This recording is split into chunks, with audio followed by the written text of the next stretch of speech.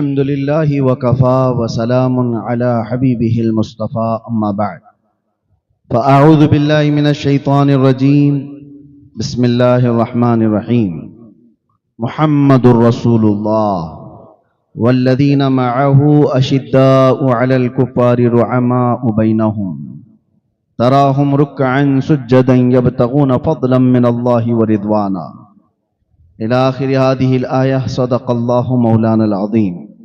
बारगाह रिसालत मुहम्मद सल्लल्लाहु अलैहि वसल्लम में दुरूद पाक का हदिया पेश करें।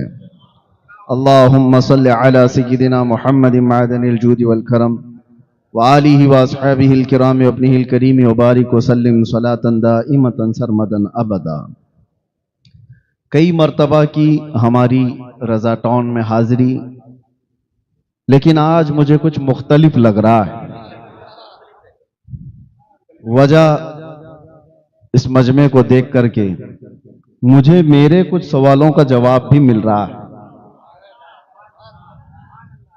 कई मर्तबा आपके सामने यहां पर इस मस्जिद में इसी मिंबर से मैंने खिताब किया और आपके सामने गुफ्तगू हुई, बयानात हुए। आज का मंजर कुछ अजीब ये लगता है कि यहां बूढ़ों और जवानों से ज्यादा बच्चों ने कब्जा किया हुआ है। और ये हल्की बात नहीं है। जहां बच्चे होते हैं लोग दामन झाड़ करके निकल जाते हैं, लेकिन जहां बच्चे होते हैं हम तो वहां पहले पहुंचते हैं। अब एक बात समझ में आ रही है, बच्चों में ये तकरीर सुनने का जज्बा, या आम तौर पर ऐसा होता है कि मौलाना लोगों से बच्चे भागते हैं, दूर होना चाहते हैं, थोड़ा सा डरते हैं। लेकिन यहां पर पूरा जम्मे गफीर शुरू से लेकर यहां तक देखा जा रहा है, यही सब कब्जा किए हुए हैं। तो मेरे अंदर के कुछ सवालात कि मैं जो सोचता था कि मैंने ऐसा क्या हिलाया कि जिसकी वजह से सब हिले हुए हैं, किसको इतना ठेस पहुंचा या किसको क्या तकलीफ हुई, तो ये बात समझ में आती है कि वो दूर की सोचते हैं कि बूढ़ों के बड़े मजमे से वो इनकलाब नहीं आता जो बच्चों से इनकलाब आ सकता है। इसीलिए वो जुबान को रोको, वो जुबान को बंद करो जो बच्चों के अंदर ईमानी गैरत बेदार कर सकती है। अब हमें समझ में आता है कि हमारे लिए, हमारे जलसों में, हमारे प्रोग्रामों में, हमारी तकरीर के लिए इतनी ज्यादा तकलीफ क्यों होती है कि परमिशन नहीं देना इसको। वजह यह है कि ये जो मजमा है ये कल का मुस्तकबिल है, ये फ्यूचर है इस उम्मत का, और वो आपसे ज्यादा पढ़े हुए लोग हैं, इस्लाम को ज्यादा जानते हैं। उन्हें पता है कि अगर बदर के मैदान में देखा जाए तो अबू जहल को बच्चों ने ही मारा था। वो बच्चों का डर तो कायम ही रहेगा। कुफ्र शिर्क के सीने पर बच्चों का डर हजरत मुआज और मुअव्विज ने कायम कर रखा है और ये क़यामत तक रहेगा। आप अपने बच्चों से नहीं डरते, लेकिन दुनिया डरती है। इसीलिए कि हमने देखा 2021-22 में वो पाखंडी जो हुजूर की शान में भौंकता था, उसके गुफे में एक 8 साल का बच्चा आ गया था, मुसलमान बच्चा पानी ढूंढते हुए आ गया था। उसने इतना हल्ला कर दिया, पूरी मीडिया को बुलाया और कहा एक आतंकवादी आ गया। अरे 8 साल के बच्चे से तुम्हारे लाओ लश्कर को इतना डर कैसे, इतना डर कैसे? वजह यही है कि वो हमसे ज्यादा जानते हैं कि बद्र की तारीख क्या थी। हर बच्चे में वो लगने लग जाता है कि कहीं ये मुआवज और मोहब्बत की शक्ल में तो नहीं आ रहा है। अबू जहल इसी बात से बेखबर था कि मेरा मुकाबला होगा तो पहलवानों से होगा, बड़े बड़े सरदारों से होगा। उसे यह खबर तक नहीं थी कि उसके घोड़े पर बैठने के बाद सिर्फ छोटी उम्र के 2 बच्चे आकर उसको घोड़े से गिरा भी देंगे और उसको फना फिन्नार भी कर देंगे। उसने मरने के वक्त ये कहा था, मुझे गम इस बात का नहीं कि मौत आ रही है। अरब लोग मौत से डरते नहीं है, अबू जहल ये कहता हुआ मरा, मुझे डर इस बात का नहीं कि मौत आ रही है, बल्कि शर्म आ रही है इस बात से कि मेरा मुकाबला बड़े पहलवानों से नहीं हुआ, छोटे बच्चों से हो गया। छोटे बच्चों ने मुझे इस दुनिया से खत्म कर दिया। बहरहाल मेरे अजीजों, हमारे मुआशरे में अगर ये इनकलाब आ रहा है तो अच्छे दिन असल में हमारे आने वाले हैं। ये इनकलाब अगर आ रहा है, जवान और बूढ़े खड़े होकर इंतजार करते रहेंगे और बच्चे बाजी ले जाएंगे इंशाअल्लाह। इसलिए कि 100 साल पहले इकबाल ने कहा था, सुना है कुदसियों से मैंने कि वो शेर फिर होशियार होगा। कौन सा शेर, कौन सा शेर होशियार होगा? इकबाल कहता है कि निकल करके सहरा से जिसने उलट दिया था तख्ते रोमा को, सहरा में रहने वाला वो जवान, बादिया नशीन, खजूर खाकर गुजारने वाला, पैबंद लगे कपड़े पहनने वाला, लेकिन जब वो निकला था तो रोमा के तख्त को उलट कर रख दिया था। रोम क्या है? पर्शियन एम्पायर और रोमन एम्पायर दो दुनिया की बड़ी ताकतें थी। जैसे आज अमेरिका और रशिया को समझते हैं लोग, उस सुपर पावर को घुटने टेकने पर मजबूर करने वाली बहुत बड़ी जमात नहीं थी। ये सहरा से निकलने वाले वो जवान ही थे। अजीजान गिरामी वकार, इनकलाब ईमान से आता है, इनकलाब तादाद से नहीं। इनकलाब हुब्बे मुस्तफा से आता है, इनकलाब हथियारों से नहीं। इसीलिए हिंदुस्तान में बड़ी जमातें आकर, फौजें आकर इस्लाम की तबलीग नहीं की। इस्लाम में सबसे बड़ा असर रखने वाली तबलीग सरकार गरीब नवाज की है। वह हुब्बे मुस्तफा के साथ आई हुई जमात थी, वो तवक्कुल अल्लाह के साथ आई हुई जमात थी। वो ताकत ऐसी है कि सदियों असर रखती है। आज आपकी जमातों से डर नहीं है। तंजीमें बनी हुई हैं, आप भी बना सकते हैं, तंजीमें बहुत बनती हैं। हमने इसीलिए, हमें बड़ी तंजीम वगैरह कुछ बनाने से इसीलिए रोका गया था।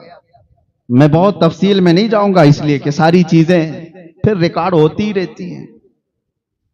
आपको एक बात मैं बताऊं, बड़ी तंजीमों से डर नहीं, बड़ी ताकतों से डर नहीं।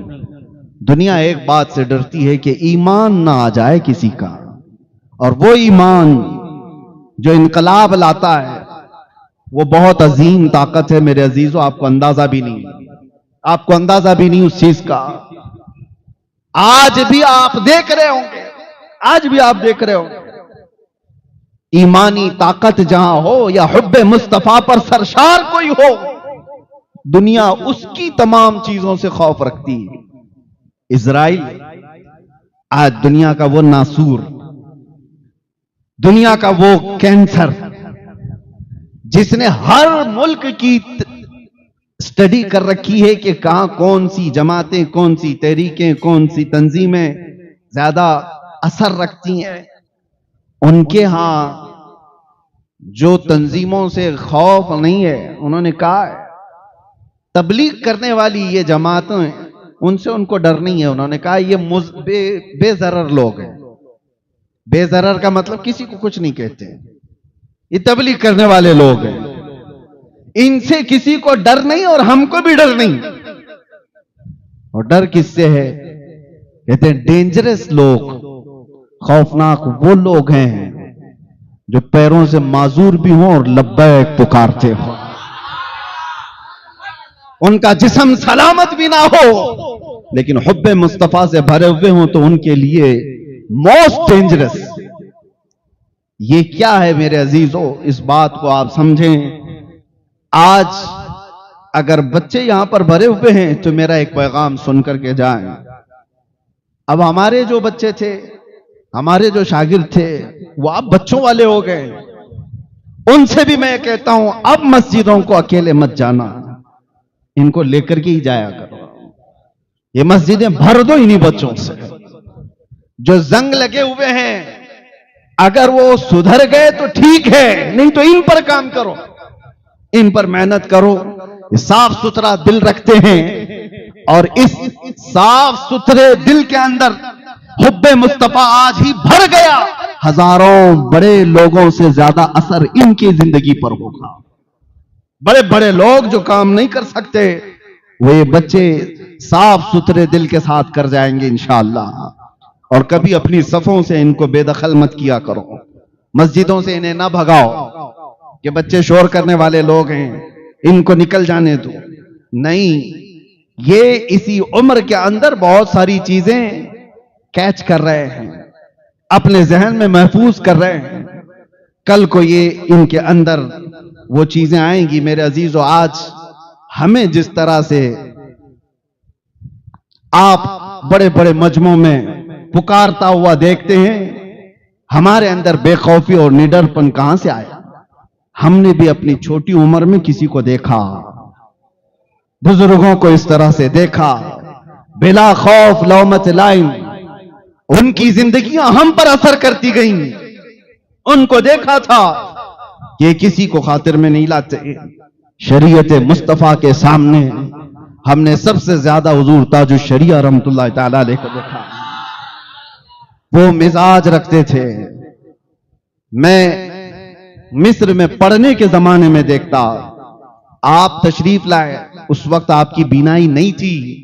बगल में आपके बैठे हुए बहुत बड़े आलिम दीन अजहर में, जो हदीस का दर्स भी दिया करते थे जाम मस्जिदुल अजहर में, बुखारी पढ़ाने वाले।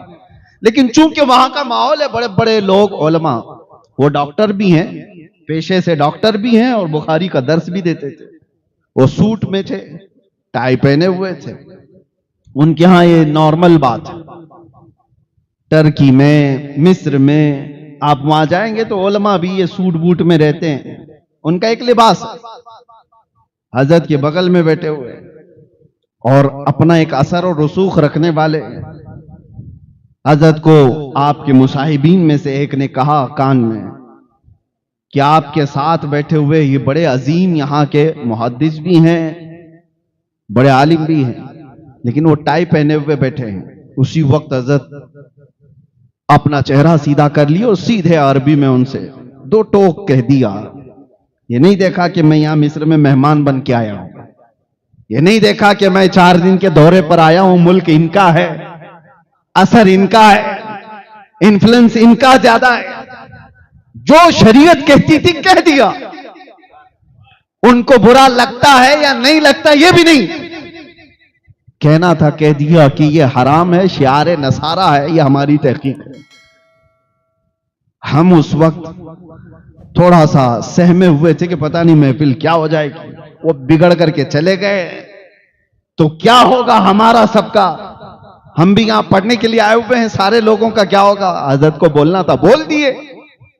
मेरे अजीजों, ईमान की सच्चाई के साथ जब कोई इस्लाह करता है तो हमने उसका असर देखा।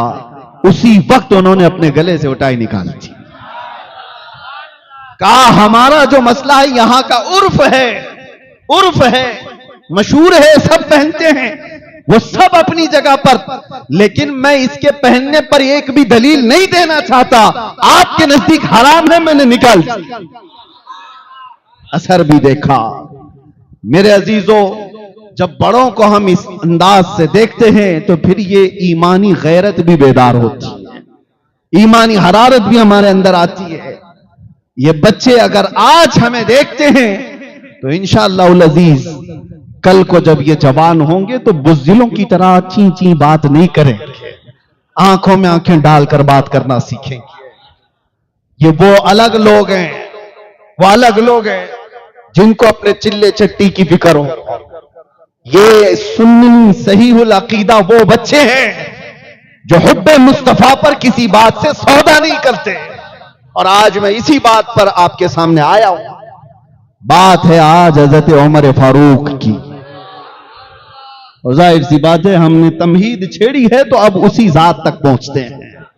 सहाबा में सबसे ज्यादा गैरतमंद सहाबी हजरत उमर इब्न खत्ताब रदियल्लाहु ताला। हजरत उमर फारूक रदियल्लाहु ताला अन्हु का हाल तो यह था, मेरे आका सल्लल्लाहु ताला अलैहि वसल्लम ने तो यह फरमाया कि हर उम्मत में एक बयान करने वाला होता है जिसकी जुबान अल्लाह ताला को पसंद है, और मेरी उम्मत में वो उमर इब्न खत्ताब है जब हजरत उमर कुछ कहते हैं मशवरे के तौर पर, अल्लाह ताला उसको कुरान की आयत बनाकर नाजिल कर देता है।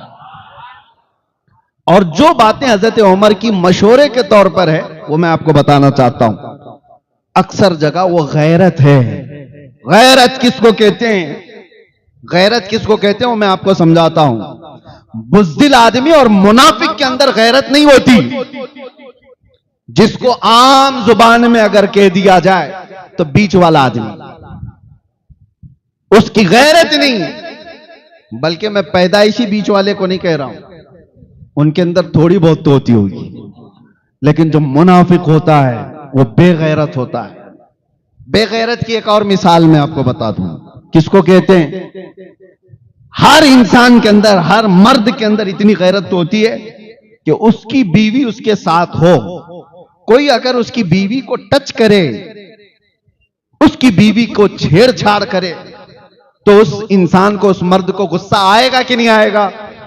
लेकिन जहां नहीं आता तो इसी को कहते हैं ये बेगैरत आदमी। बीवी की मिसाल मैंने सिर्फ समझाने के लिए दी। किसी मां को, किसी की मां को कोई गाली दे रहा है, वो सुन के ही करता चला गया, ये बेगैरत आदमी। उसकी बेटी को कोई कुछ कहा, औरतों के मामलात में इंसान हसास होता है, बहुत सेंसिटिव होता है, इसलिए मैं ये मिसालें दे रहा हूं। अगर किसी की मां, बहन, बेटी या बीवी को कोई कुछ बुरा भला कहा तो जितना गुस्सा आता है ये गैरत की वजह से आता है। गैरत जिसके अंदर होगी उतनी ज्यादा वो गुस्से में आता है। गुस्सा हर जगह हराम नहीं है, गुस्सा हर जगह हराम नहीं है। हां, एक बात याद रखो, गुस्सा होना भी चाहिए। बगैर गुस्से वाला आदमी वो बुज़दिल हो जाता है। गुस्सा कुछ जगह हराम है, लेकिन हर वक्त नहीं। मर्द को गुस्सा होना भी चाहिए। किस जगह पर?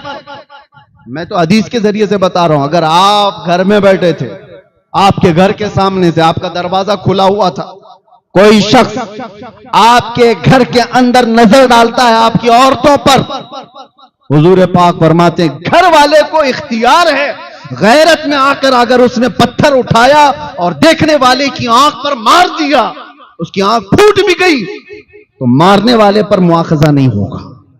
क्यों? उसने गैरत की वजह से किया। ये गैरत है, ये गुस्सा है उसका, और ये इंसानी फितरत का हिस्सा है, इंसानी फितरत का हिस्सा है। और जब ये गैरत निकल जाती है तो ऐसे कचरों का कोई काम भी नहीं होता। इसीलिए मेरे अजीजों, अब दो चीजों के लिए मैं ये बातें कह रहा हूं। अपनी जब कभी कोई कमेटी बनाना हो, और जब कभी तुम्हें दोस्ती करना हो, और जब कभी तुम्हें किसी से रिश्ता करना हो, ये तीन जगहों पर गैरत सबसे पहले देखो इसके अंदर कितनी। बेगैरत आदमी अगर तुम्हारी कमेटियों में बैठेगा तो सबको मुनाफिक बनाकर रखेगा, ना वो तुम्हारा कोई फैसला ले पाएगा। उससे ज्यादा तो गैरत वाली औरतें होती हैं बहुत सारी जगहों पर। आपको पता है, जब बेगैरत आदमी को आप अपना सरदार बना ले या दोस्त बना ले तो उसकी बीमारी का असर तुम्हारे अंदर भी आता है। हजरत उमर इब्न खत्ताब रदी अल्लाह ताला अन्हु के मशवरों के बारे में मैं कह रहा था। नबी अकरम सल्लल्लाहु ताला अलैहि वसल्लम की अज़वाज मुतहरात मोमिनों की क्या है? सब क्या है? हुजूर की बीवियां मोमिनों की मां हैं। उम्मुल मोमिनीन कहा जाता है हुजूर की हर बीवी को। पहले वो सहाबा इकराम हुजूर के घरों पर जाते थे तो हुजूर की बीवियां कोई सामान लेना है, देना है, आमने सामने हो जाती थी। यह मामला तो नॉर्मल था, लेकिन हजरत उमर को यह पसंद नहीं था।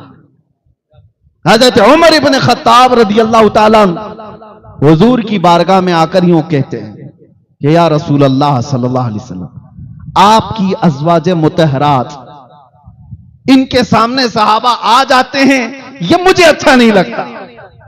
सहाबा दुनिया के सबसे अच्छे लोग हैं, जिनकी निगाहें खता नहीं करेंगी, और खता करें भी तो किसके साथ? वो तो उम्मत की माएं हैं। मां के पास तो बच्चा जा ही सकता है। सारी दलीलें एक तरफ, लेकिन गैरत उमर एक तरफ। हजरत उमर की गैरत, मेरे नबी की बीवियां हैं, आम नहीं है। तो यह हजरत उमर ने आकर मशवरतन हुजूर की बारगाह में अर्ज किया। उसी रात को जिब्राइल अमीन आयत लेकर नाजिल हो गए, या निसा अन्नबी लस्तुन्न कअहद मिनन निसा, ऐ नबी की बीवियों तुम आम औरतों की तरह नहीं हो, आम औरतों की तरह नहीं हो।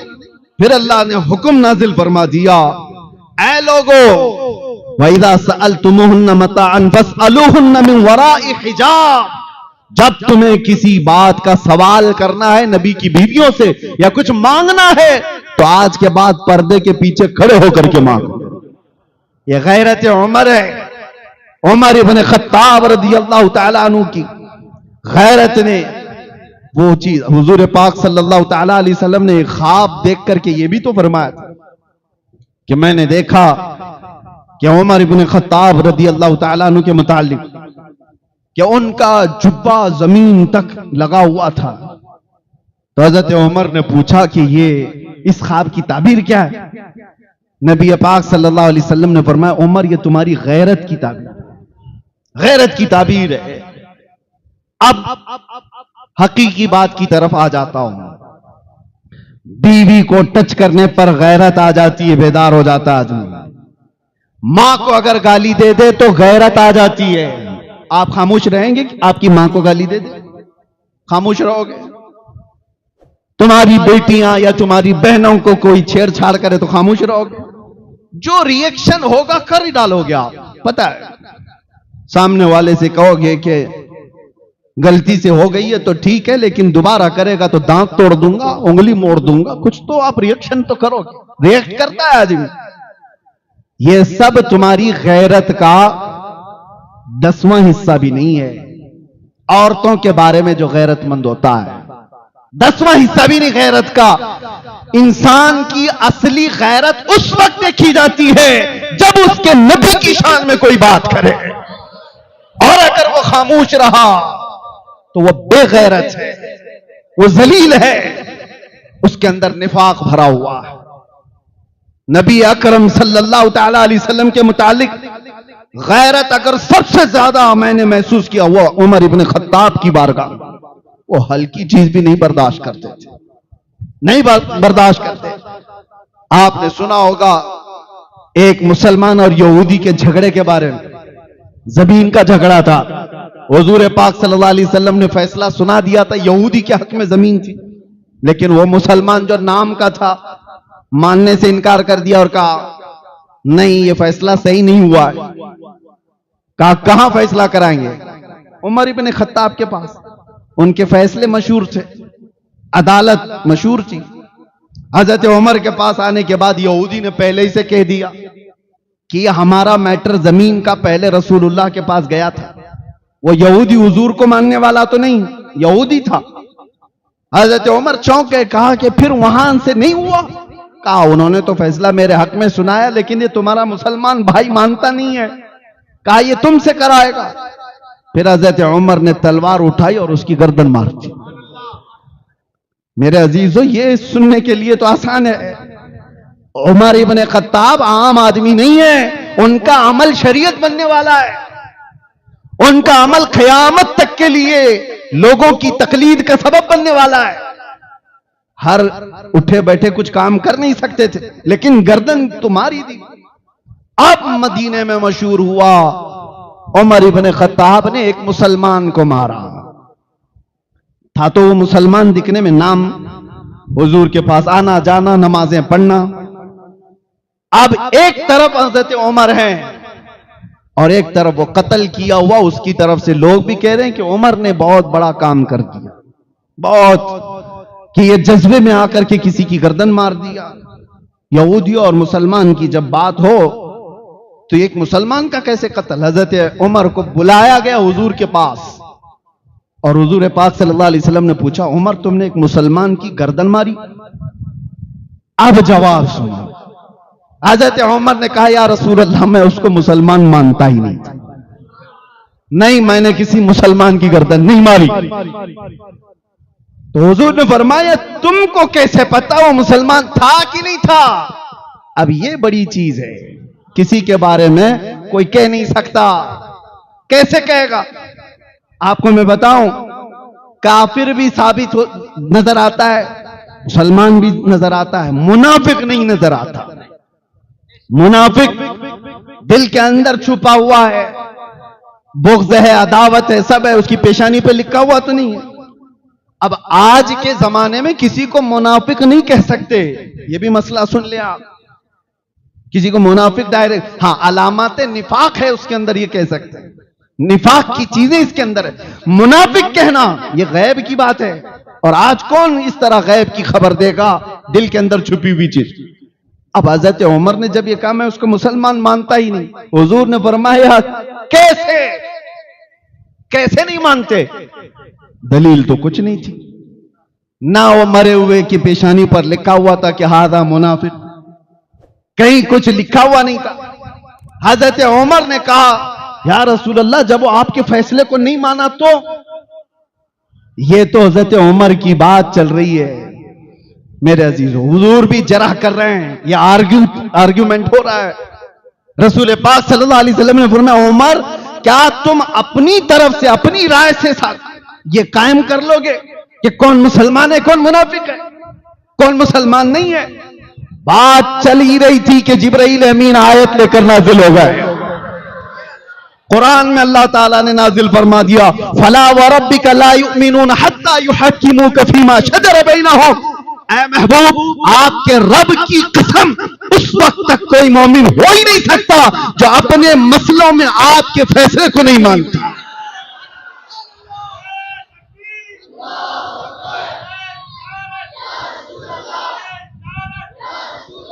यह हज़रत उमर की गैरत थी, कर दिया जो करना था, लेकिन दलील के लिए कुछ था नहीं कि मरा हुआ मुनाफिक है। लेकिन कोई दलील के लिए साथ में हो या ना हो, मेरा रब हज़रत उमर की गवाही देते हुए कुरान में आयत नाजिल फरमा। कुरान में आयत आके आज भी तिलावत कर रहे हैं, और फिर ये मसला बन गया शरीयत तक के लिए, शरीयत कयामत तक के लिए ये दलील बन गई। अज़ीज़ान गिरामी वखार, ये कौन सी बात है जो हजरत उमर को इतना बड़ा काम करने पर आमादा कर गई? वो हजरत उमर की जलाल, रौब, तमकनत, उनके दबदबे को ही लोग सुने होंगे, लेकिन जितने वो नरम दिल थे, आपको अंदाजा है? बहुत नरम दिल थे, बहुत नरम दिल, इतने कि जब रात को वो मुसल्ले पर रोते थे, उनके आंखों के नीचे पूरे काले हल्के पड़ गए थे। दिल की नरमी इतनी थी। लेकिन दिल की नरमी होने का मतलब यह नहीं है कि हुब्बे मुस्तफा पर भी आदमी नरम हो जाए। आज कुछ लोगों ने यह बात लोगों में मशहूर कर रखी है। सूफी का मतलब होता है नरम रब्बल वाला बॉल, गेंद। उस सूफी का मतलब होता है कुछ नहीं करता हो, अल्लाह अल्लाह करता रहता है, अल्लाह अल्लाह करता रहता है। मेरे अजीजों, वो सूफी कौन सा है जो सिर्फ और सिर्फ सर झुकाए बैठा रहे? दुनिया का सबसे बड़ा सूफी तो करबला के मैदान में था। इमाम हुसैन से बड़ा सूफी कौन है? उनका नाम लेकर के रोटियां तोड़ने वाले, उनके नाम पर अपनी दुकानें चलाने वाले सूफी कहते हैं। और तुम्हें डर आती है, डर लगता है इमाम हुसैन की तरह बात करने के लिए। इनके किरदार हैं यजीदियों के, बात करते हैं हुसैन की। मैं ऐसे सूफियों को नहीं मानता। सूफी वही होगा जो हुब्बे मुस्तफा पर जलाल आए और ईमान वालों के साथ वो दिल के अंदर नरमी रखे। हाँ, सूफी वही है। नरम दिल तो होना ही चाहिए। लोगों ने एक अलग कॉन्सेप्ट बना करके रखा है। सूफी तसव्वुफ का मतलब है दुनिया छोड़ करके रहना, किसी को कुछ नहीं कहना, किसी को कुछ नहीं कहना। ये तो ऐसी है। एक सूफी साहब के बारे में सुना, खेत में बैठे रहते थे, भुट्टे की खेत थी उनकी, मकई की, और एक गधा आता था, खेत चरने लग जाता था, और ये तस्बीह हिलाते बैठे हुए हैं, तस्बीह भी पढ़ रहे हैं और यहीं से अल्लाह बचा ले मेरे खेत को, अल्लाह बचा ले मेरे खेत को, अल्लाह बचा ले मेरे खेत को। वो गधा है, चर के चला जाता था। कुछ मोहल्ले के जवान थे, ओल्ड डुबली वाले, वो सूफी साहब को रोज देख रहे थे। कहा ये पीर साहब रोज तस्बीह घुमा रहे हैं और ये गधा चर के चला जाता है। एक दिन देखा, 2 दिन देखा, 4 दिन, इनकी तस्बीह नहीं खत्म होती और गधा खाना नहीं छोड़ता। आधा खेत खत्म हो गया था। 5 दिन के बाद ये नौजवान लोग एक बड़ा डंडा लेकर के आए और उसके बाद आए, जैसी गधा खेत में आया, गधे को इधर से मारा, उधर से मारा, इधर से मारा, उधर से मारा। गधा चीखते चीखते जख्मी होकर भाग गया, खेत महफूज हो गया, बच गया।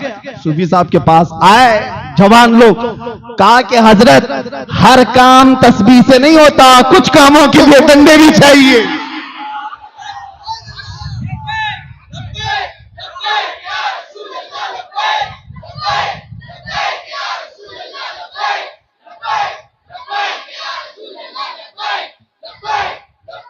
हमारा दीन तस्बीह, तहलील, जिक्र, अज़कार, वज़ाइफ सब है हमारे यहां। यह हमारे दिलों को नरम करने के लिए, हमारे दिलों को पाक करने के लिए। अगर सब कुछ जिक्र, अज़कार, तस्बीह व तहलील से ही होता तो मेरे मुस्तफा ये सहाबा को लेकर मदीने में बैठ जाते, बदर क्यों जाते, उहद क्यों जाते, खंदक क्यों खोदते पेट पर पत्थर बांधकर। अजीज़ान गिरामी वक़ार, ये दीन का मिजाज है, मेरे दीन का मिजाज है। हर काम सिर्फ तस्बीह और तहलील से नहीं, कुछ कामों के लिए तुम्हारी ईमानी गैरत की जरूरत है। अब मैं ये नहीं कहता कि सब डंडे लेकर के निकलो। हाँ नौजवानों, आपसे मैं ये नहीं कह रहा कि हथियार लेकर के निकलो। ईमानी गैरत तो पैदा करो। तुम्हारे अंदर अगर ईमानी गैरत होगी तो इसका रौब इतना होता है कि कीड़े मकोड़े वैसे ही डरने लगते हैं। बात यह है कि जब शेर शिकार छोड़ देता है तो फिर वो कुत्तों की तरह जीने लग जाता है।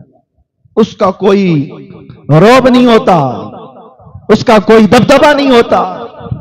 आपको ये नहीं कहा जा रहा है कि शिकार करने लगो, लेकिन अपने अंदर इतनी ईमानी गैरत बाकी रखो, इतनी ईमानी गैरत बाकी रखो कि दुनिया को यह समझ में आए कि इसके साथ जो कुछ भी कर लें, लेकिन इसकी ईमानी गैरत जब बेदार होती है तो यह बहुत बड़ा इनकलाब और एक बहुत बड़ी सुनामी लेके आ सकता है। अजीज़ान गिरामी वक़ार, सैयदना उमर इब्न खत्ताब रज़ियल्लाहु ताला अन्हु की ईमानी गैरत आपको बता रहा हूं। आप 2 चीजों का एक बहुत बड़ा हुक्म दे करके गए। मैं पढ़ रहा था आपकी सीरत में, मुझे बहुत अच्छी चीज लगी। आप फरमाते हैं 2 चीजों से मुझे डर ही नहीं, एक चीज से डर लगता है। उमर इब्न खत्ताब कहा 2 चीजों से बिल्कुल मैं पॉजिटिव हूं, डर नहीं। कहा कौन सी? कहा एक ईमान वाला वो जो अपना ईमान जाहिर करता है, अपना ईमान जाहिर करता है, वो बहुत अच्छा आदमी है, मुझे उससे डर नहीं। और दूसरा वो काफिर जो अपने कुफ्र का इजहार भी करता है, उससे भी डर नहीं। खुला हुआ काफिर है, कह भी रहा है। हज़रत उमर कहते हैं डर उससे लगता है जो जमात में होता है, ईमान दिखाता है और कुफ्र छुपाता है, उससे डर लगता है। और यही उम्मत के लिए सबसे खतरनाक तरीन जमात है। अल्लाह ताला ने इनकी मजम्मत में पहले पारे में 13 आयतें नाजिल फरमाई। ईमान वालों के मुतालिक 5 आयतें, कुफार के लिए 2 आयतें और मुनाफिकीन के लिए 13 आयतें मुसलसल। इससे अंदाजा होता है अब ये मुनाफिकत आती कहां से है? ये बेगैरत आदमियों के अंदर ज्यादा आती है। बेगैरत लोग कौन होते हैं? और उसकी एक और बात आपको भी समझा करके जाता हूं, आजकल के माहौल के एतबार से मेरी ये बात बहुत तवज्जो से सुनना। एक मामला हज़रत उमर इब्न खत्ताब के पास आया। एक शख्स के साथ मामलात करना था, उसके बारे में किसी की गवाही लेनी थी, किसी की गवाही लेनी थी। हज़रत उमर ने लोगों से पूछा मदीने में कोई इसकी गवाही देगा? कि ये आदमी अच्छा है, इससे मामलात कर सकते हैं। तो एक सहाबी खड़े हो गए, कहा कि अमीर अल मोमिनीन, मैं इसकी गवाही देता हूं। अब सुनो, कौन किसकी गवाही दे सकता है? हज़रत उमर ने सबसे पहले उनसे पूछा, तुम इसके अच्छे और सच्चे होने की गवाही दे रहे हो? सबसे पहले यह बताओ, क्या तुम इसके पड़ोसी हो? पड़ोसी जानता है। उन्होंने कहा, नहीं, मैं पड़ोसी तो नहीं हूं। दूसरा सवाल हज़रत उमर ने कहा, बहुत अहम बात कह रहा हूं मैं आपसे, कहा, क्या तुमने कभी इससे कोई लेन देन किया है? उन्होंने कहा, नहीं, लेन देन भी नहीं किया। किसी के बारे में तवज्जो चाहता हूं, लेन देन किया हुआ होगा तो पता चल जाएगा कि कैसा है। तीसरा सवाल हज़रत उमर ने किया, क्या तुमने कभी इसके साथ सफर किया है? उन्होंने कहा, नहीं, मैं सफर भी नहीं किया। तो हज़रत उमर मुस्कुराने लगे, कहा, अच्छा, तुमने इसको मस्जिद में देखा होगा, नमाज रोजा वगैरह में। उन्होंने कहा, हां, मैंने इसको 5 वक्त देखा। हज़रत उमर ने कहा, चुप हो जा, तू इसकी गवाही देने के काबिल ही नहीं। इसकी नमाज, इसके रोजे, इसकी ज़कात देखा तो हूं।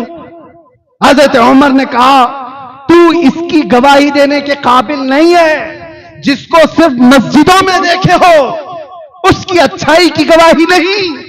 हज़रत उमर कहते हैं, जो अपने पड़ोसियों के साथ या लेन देन में, मामलात में पक्का, या सफर में उसकी सारी असलियत अच्छी हो, उसके मुतालिक तुम बगैर किसी खौफ की गवाही दे सकते। यह हज़रत उमर ने कहा, यह बहुत बड़ा पैगाम है आज के लिए। तो सिर्फ दिखने वाली चीजों के मुतालिक आप अपने दिमाग में यह मत बिठा लेना कि बहुत अच्छा है। नमाजें, रोजे, ज़कात, हज, यह हमारे दीन का 25% हिस्सा है, और मामलात ये 75% है। और जो मामलात में कच्चा है वो दीनदार नहीं कहला सकता। नमाजी हो सकता है, ज़कात वाला हो सकता है, हाजी हो सकता है, दीनदार वही होगा जो मामलात में अच्छा होगा। उसकी बीवी के साथ उसके ताल्लुकात कैसे, उसके पड़ोसी के साथ उसके कैसे ताल्लुकात है, और फिर वो लेन देन में कैसा है, वादे का पक्का है कि नहीं।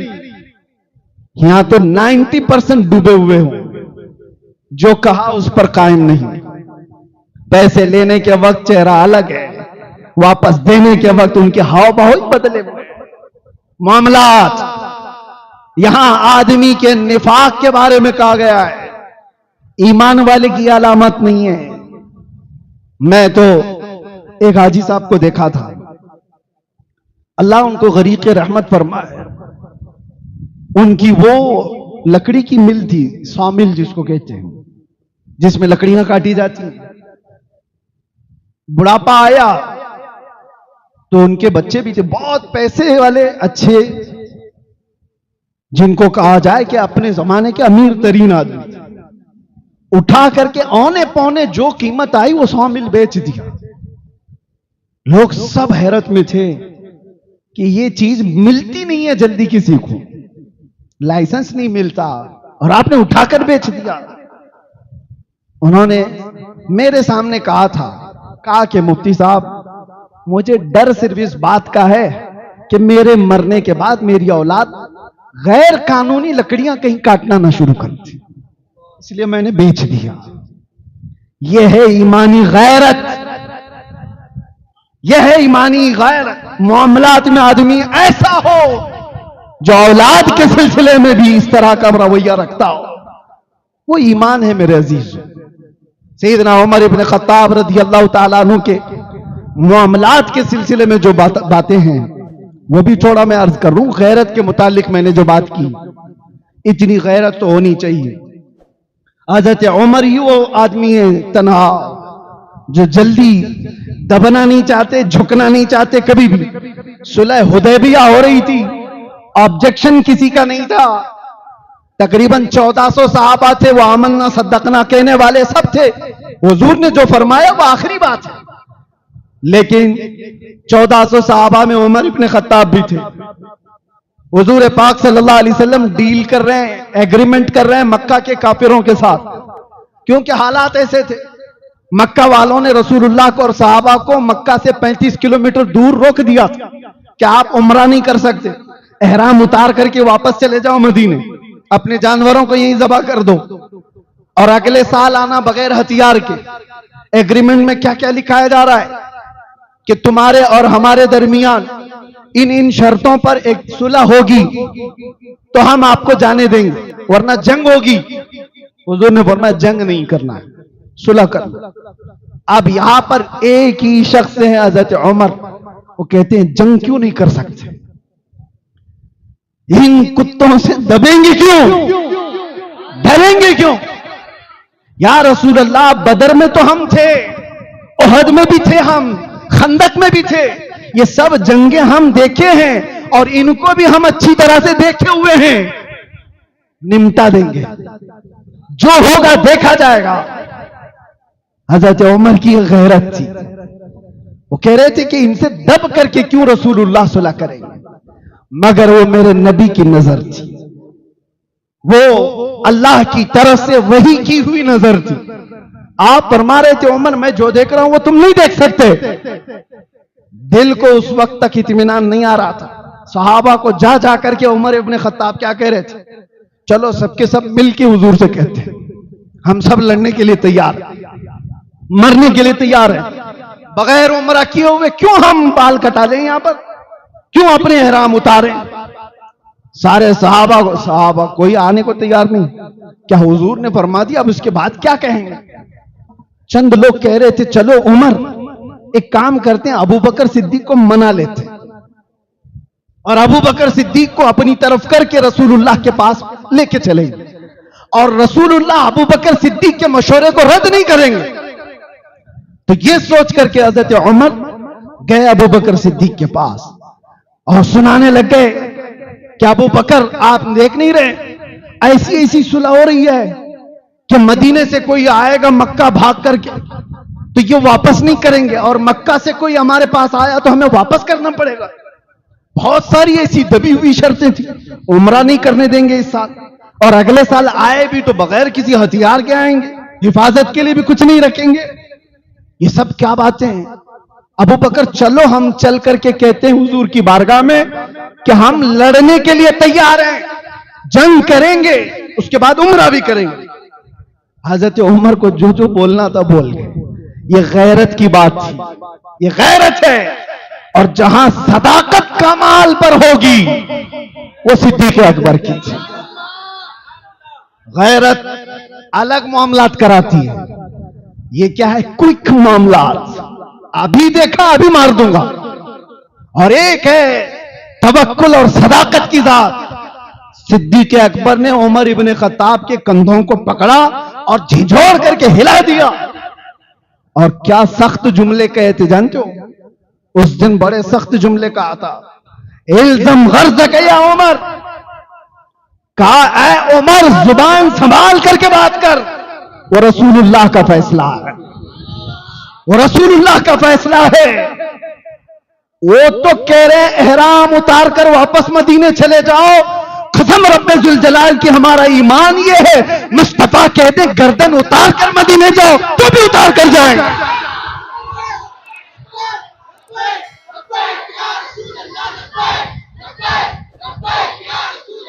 ये देखने के बाद उमर इब्ने खत्ताब ने कहा मैं गलती पर था, ये मेरी गैरत थी कि इन कुत्तों से दबे क्यों, लेकिन बात तो रसूलुल्लाह के हुक्म की थी, बात हुजूर के हुक्म की थी।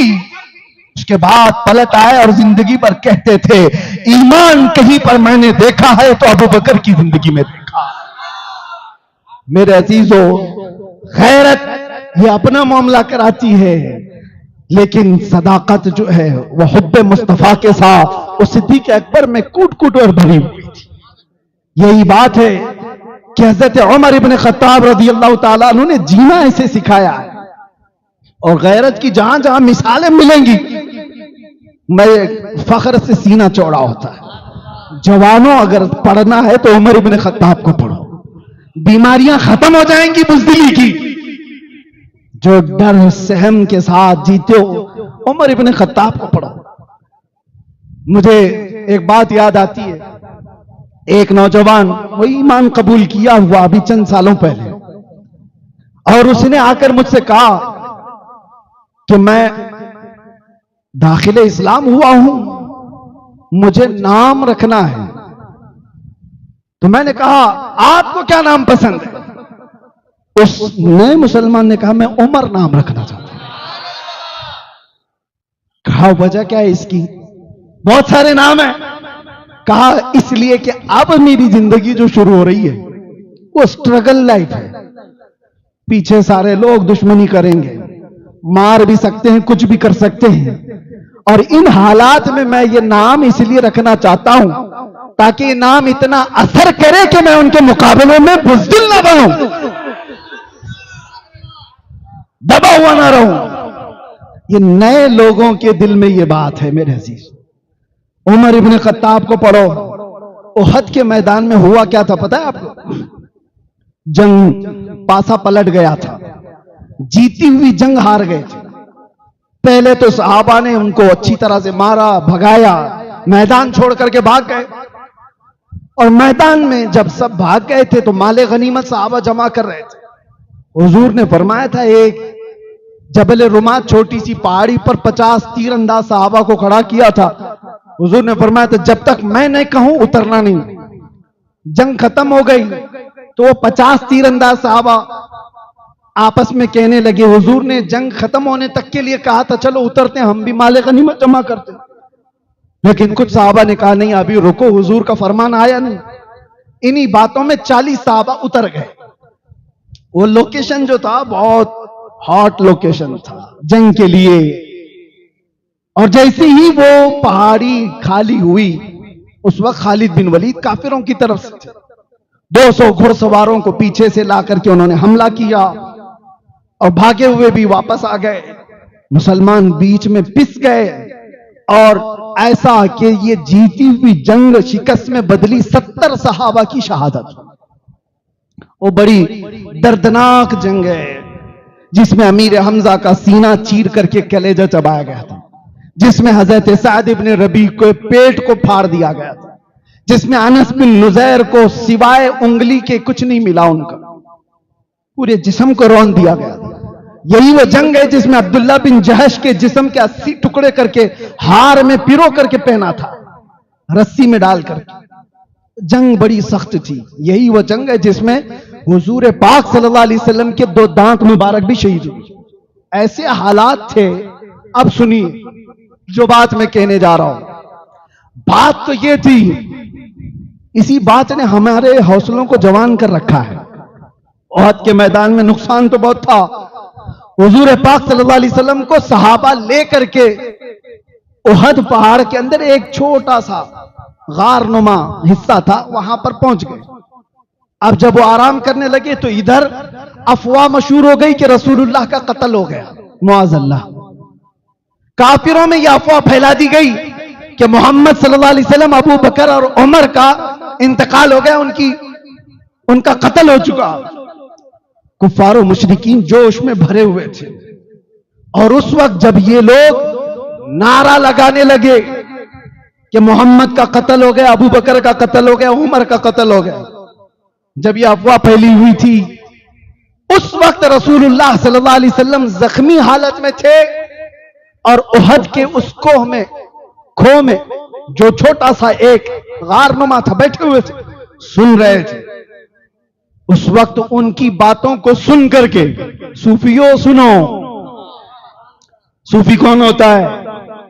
ये नहीं कहा कि कह लेने दो, छोड़ो, देखा जाएगा बाद में। हुजूर ने उनकी बातें सुनी, उसी वक्त कहा उमर कहां है? हजरत उमर फौरन पीछे से आए, कहा या रसूल अल्लाह लब्बैक, हाजिर हूं। हुजूर ने फरमाया उमर जवाब दो उनका, वो मैदान में जो बक रहे हैं उसका जवाब दो। जवाब देना भी सुन्नत मुस्तफा है, इसलिए हम जवाब देते हैं। हजरत उमर ने जवाब भी क्या दिया वो सुनो। जब वो कह रहे थे मोहम्मद का, अबू बकर का, उमर का कत्ल हो चुका, मुआज़ल्लाह रब्बिल आलमीन, अब हजरत उमर ने पुकार कर कहा, अबू सुफियान, फला बिन फला, जिनके नाम लेने थे, कहा सुनो, मोहम्मद सल्लल्लाहु अलैहि वसल्लम भी जिंदा हैं, अबू बकर भी जिंदा हैं, उमर भी जिंदा हैं, और तुम्हारी आंखों में गड़ते रहेंगे, तुम्हारे दिलों पर चुभते रहेंगे। वो शौक में रह गए कि ये लोग जिंदा हैं। तो उसके बाद फिर नारा लगने लगा उधर से, का हुबुल, उनके एक बुत का नाम था, उनके खुदा का नाम था हुबुल। उसको नारा लगाते हुए कहने लगे, जय हो, जिंदा हो, जिंदाबाद के नारे, कि हमारे खुदा की जिंदाबाद या जय हो, उसकी वजह से हम जीते हैं। तो हजरत उमर रज़ी अल्लाह ताला अन्हु ने जवाब में कहा, अल्लाहु अकबर, अल्लाहु अकबर, अल्लाह सबसे बड़ा है, अल्लाह सबसे बड़ा है। फिर उधर से सवाल, एक और नारा लगा, नारे का जवाब भी देना जरूरी है। हाँ, ये जालिम काफिरों ने जब कहा, लना उस्सा वला उस्सा लकुम, उस्सा भी उनके एक खुदा का नाम था। उन्होंने कहा, सुनो उमर, हमारे पास तो उज्जा है जिसने हमें यहां इज्जत दी, तुम्हारे पास उज्जा नहीं है। हज़रत उमर ने क्या कहा, जवाब में कहा, अल्लाहु मौलाना वला मौला लकुम, अल्लाह हमारा मौला है, तुम्हारे पास कुछ नहीं। ये जवाब सुनो, ये गैरत है, जख्मी है, 70 शहीद हो चुके। अब उधर से सवाल, एक और नारा लगा, तवज्जो, एक और नारा लगा। अबू सुफियान ने कहा, उमर हिसाब बराबर हो गया, बदर में हमारे 70 तुमने मारे थे, उहद में 70 तुम्हारे हमने मारे, हिसाब बराबर। हजरत उमर ने चीख करके कहा, अबू सुफियान कान खोलकर सुन ले, कोई हिसाब बराबर नहीं, वजह यह है तुम्हारे 70 जहन्नम में, हमारे 70 जन्नत में।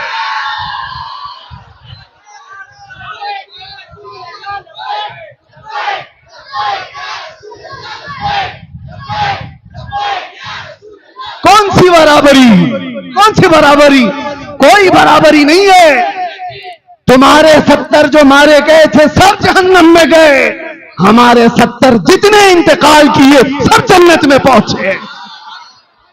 ये हजरत उमर की तारीख पढ़ने के बाद फिर अगर हमसे कोई कहे चुप रहो मौलाना, तो हम कहते तू उमर वाला नहीं है, हो सकता है तू खटमल है, उमर वाला होगा, जवाब तो देगा। आपके अंदर भी मैं चाहता हूं गैरत ईमानी इतनी रखो, बीवी के लिए, मां के लिए, बेटी और बहन के लिए रख सकता है। तो मेरे अजीजों, ये रिश्ते तो कब्र में जाने से पहले खत्म हो जाते हैं, उस रिश्ते के लिए कितनी गैरत होनी चाहिए जो कब्र में भी साथ दे और हश्र में भी साथ, जो हमारी शफाअत करने वाला हो, जो कब्र में आने के बाद नकीरैन को हमारे सवालात जवाबात के लिए आसानी करने वाला हो।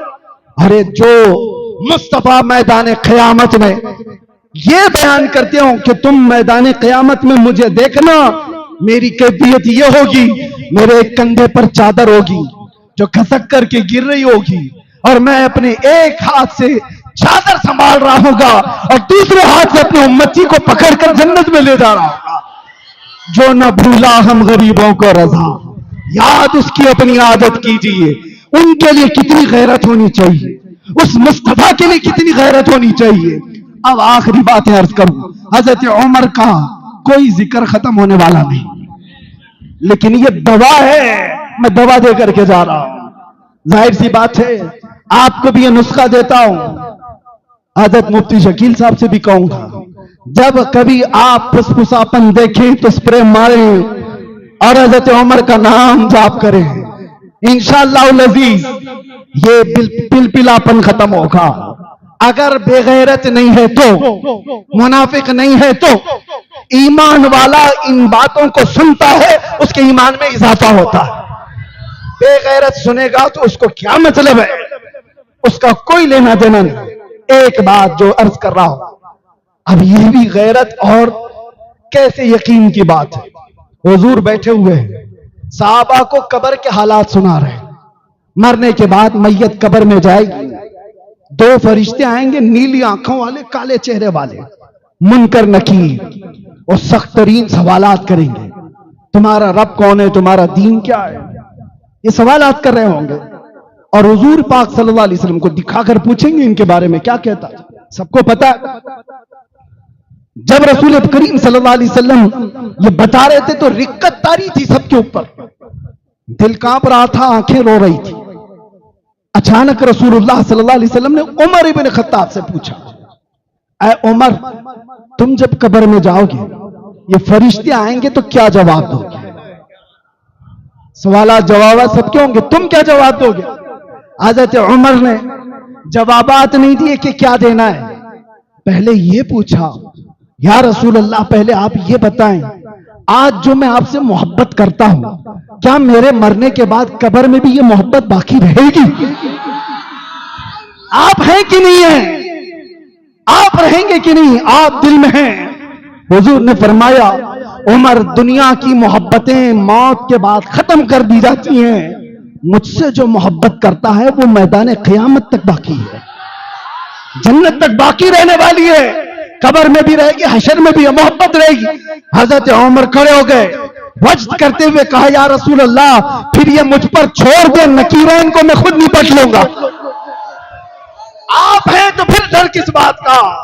आपकी मोहब्बत अगर साथ है, मुनकर नकीर को क्या जवाब देना है वो मैं देख लूंगा। मेरे अजीजों, ये तवक्कुल, ये यकीन, ये बेखौफी कहीं से आती है, वो उमर इब्न खत्ताब की जिंदगी से सीखने मिलता है। इसीलिए मेरे अजीजों, अब जहां से जिसको जैसे गुजारना है, हम भी तैयार खड़े हैं इस बात को सोच करके, या रसूल अल्लाह, कुल्लु मुसीबतिन बादक जुललन, आप अगर हैं तो हर मुसीबत छोटी है। मेरा नारा यही है, या रसूल अल्लाह, हर सितम, हर मुसीबत गवारा है, एक बार तुम कह दो कि तू हमारा है। लब्बैक या रसूल अल्लाह, लब्बैक या रसूल अल्लाह।